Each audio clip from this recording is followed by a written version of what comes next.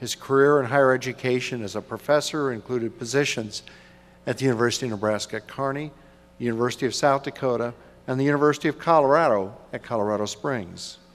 At the University of South Dakota and UNK, he held various administrative positions, including Dean of the College of Business and Technology, Vice President for Academic Affairs, Vice President of University Relations, Senior Vice Chancellor for Academic Affairs and Student Affairs, and as Interim President. Kearney citizens will remember him for his services as a member of the City Council and as mayor from 2004 till 2006. He was a member of the Buffalo County Economic Development Board, a member and chair of the Good Samaritan Hospital Board, and certainly with his work for the Museum of Nebraska Art. Senator Hadley was first elected to represent the 37th Legislative District in 2009. He was reelected in 2012. He is a member of both the Revenue and Transportation Committees of the University, or of the unicameral. He is known as a strong advocate for central and rural Nebraska, and his support of measures that deal with economic development, taxation, revenue and higher education, the allocation of state aid to schools, agriculture, and other matters of concern to the 37th District are well known, not only here, but in the state of Nebraska. Galen's a strong advocate and friend of the university and our students and of the public in general. His wife, Marilyn, is originally from Red Cloud. She's remembered fondly by her UNK colleagues as she was the dean and professor, and now professor emeritus in the College of Education. Senator Hadley, with the legislature currently in session, we're glad you're here.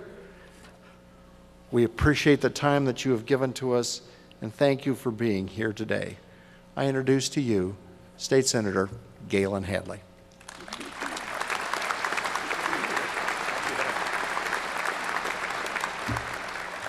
Thank you, Chancellor Christensen, Regent Ferris, students, faculty, staff, parents, relatives, people who just wandered in. It is great to be here. I've been to over 90 graduations. I figured it out the other day. And, you know, it's hard to remember the graduation speaker. So I'm going to give you something to remember me by. How many of you have ever seen a graduation speaker take his graduation speech out of his mortarboard, one page, and start, huh? Remember that. A gray-haired old man, one page. I've been to two amazing graduations. The first one was June 2nd, 1964. That was my undergraduate degree.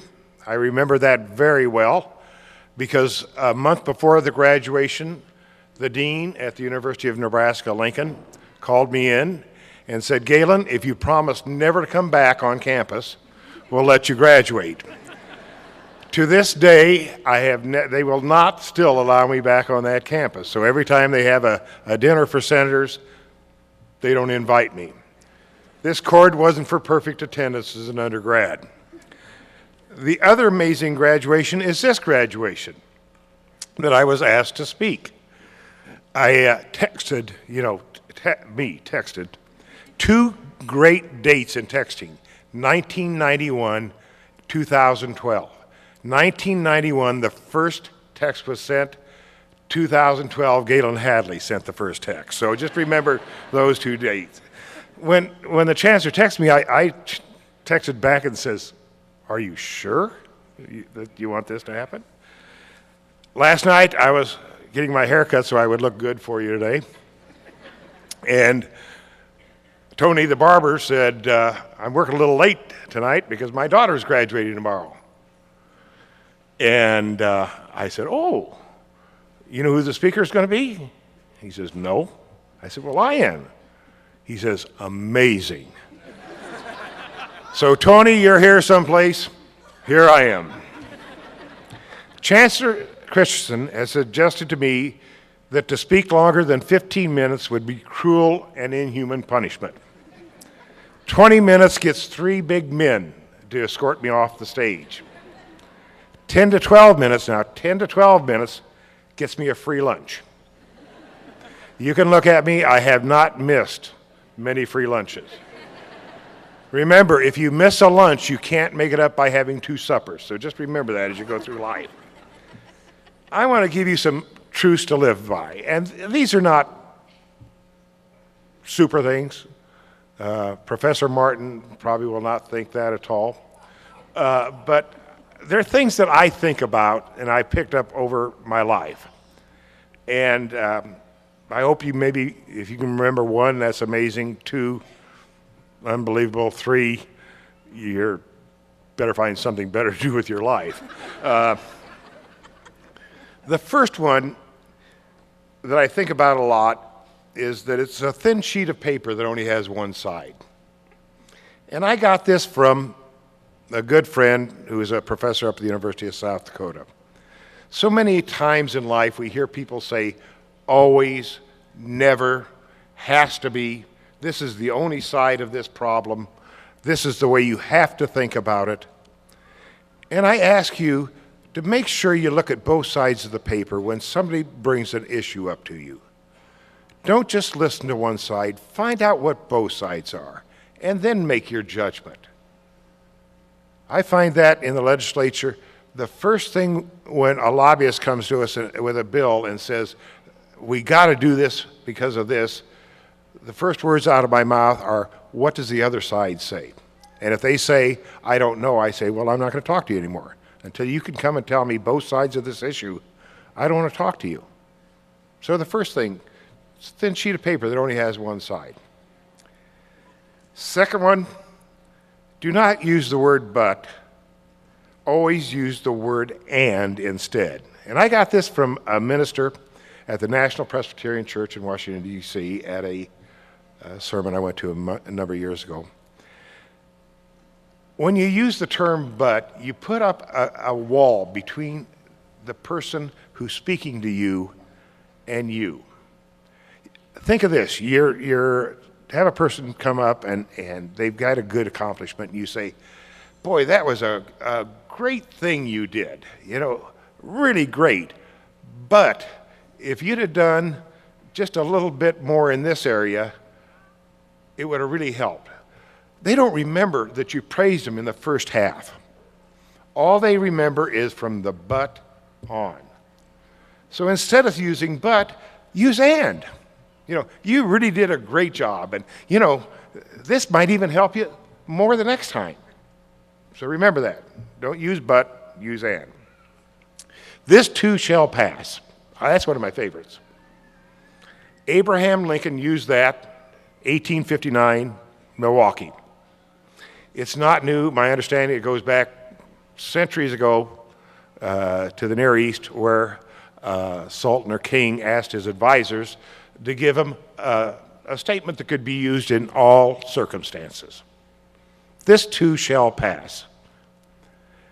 This is great to use whether you're in the trough of life or the high point of life. When you're really feeling down, think, this too shall pass. And when you're ecstatic because everything is going your way, this too shall pass also. So just remember that, Abraham Lincoln, this too shall pass. Fourth one, life is not a play.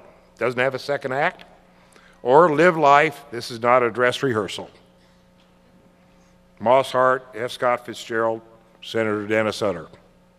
Senator Dennis Utter was a friend of mine from Hastings. Uttered these words when he was dying of COPD. Everybody's going to tell you, right? Go out, live your life. Don't get to the end and say, I wish I'd have done something. It isn't a play. You don't get to start over. You get bad knees, you get shoulder surgeries, you get teeth falling out, you get, I could go on. You just know what it's like, right? Another one from Abraham Lincoln. Better to remain silent and be thought a fool than to speak out and remove all doubt. I see this on the legislative floor all the time. I'm sorry.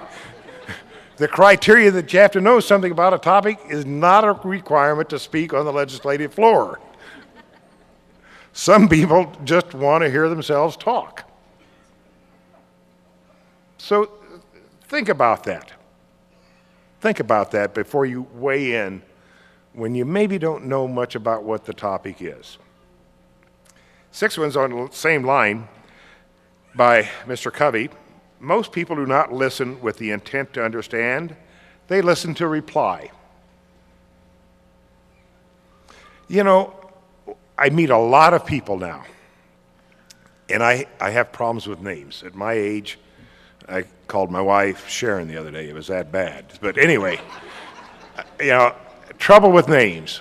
But what I try to do is to listen to people when I talk with them and try to get some information from them. You know, they have children, where are their children going to school, what business are they in, what do they do, what concerns they have. And for some reason that sticks with me, so the next time I can see them, I may not remember their name, but I can say, wasn't your son, wasn't he a senior out at UNK? What's he doing now? So spend some time listening and spend less time talking. Number 7, by a man named Thomas Jefferson. I'm a great believer in luck, and I find the harder I work, the more luck I have. That's true, isn't it? Edison, didn't he say something like, success was 95% perspiration and 5% inspiration? Working hard. Someone once told me, I made the comment to them that I had felt very lucky in life. Being, somehow being at the right place at the right time. We've all had that, right? The sense that you're kind of destined because you're at the right place. Coming to the University of Nebraska at Kearney for my wife and I was one of those times. The greatest part of our working career was at an outstanding institution, the University of Nebraska at Kearney. But a friend said, Galen, luck only gets your foot kind of in the door. You've got to prove then that you deserve to be there. So remember, luck is a lot of hard work. The old story that if I work twice as hard as you do, you're going to have to be awfully smart to get ahead of me. Number 8, whatever you do in life, surround yourself with smart people who will argue with you. That's from John Wooden, legendary basketball coach. I was a dean for many years. I understand that completely because they were all smarter than me, and I'll guarantee you there isn't a faculty member around that doesn't want to argue with the dean, right? Huh? They all think that they're smarter than the dean, and most of them are. But as a dean, you just kind of understand that and let them think they're in charge. Let's take a second. I want to thank the faculty. Most of you don't go to a lot of graduations, but a lot of graduations, there aren't a lot of faculty there because they really don't have to come. There's nothing in their contract that says this is a day of work. So let's give them a hand. These people are the ones that are here because they want to be here. They want to be here to congratulate you. I got just a couple more and I'm done. The 9th, I thought I was going to say this is a prayer, but I'm afraid somebody at the ACLU is here and will kick me out. Give me the serenity to accept the things I cannot change, the courage to change the things I can, and the wisdom to know the difference. Don Quixote, don't till at the windmills. Figure out what you can change. Spend your time making those changes. And the last thing I'm done, St. Patrick's Day, we went to a great party in Omaha, and we had a speaker from Ireland, and he closed with this saying, and it really stuck with me. May the wind rise to meet you. May the wind be always at your back. May the sun shine warm upon your face. The rains fall soft upon your fields. And until we meet again, I wish you all the very best in life's journey. Thank you.